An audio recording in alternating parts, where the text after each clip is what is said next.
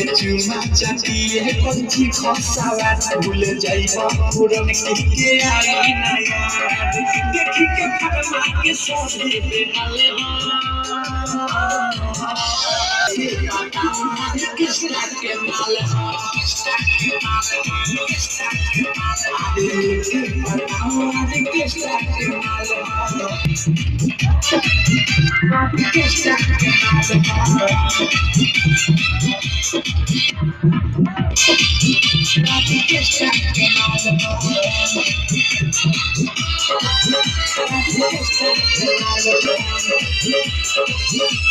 राही का दबी की मिसाल मिली दोबारा हो और सबसे मिली सुना कवन हो लागे ना भारा हो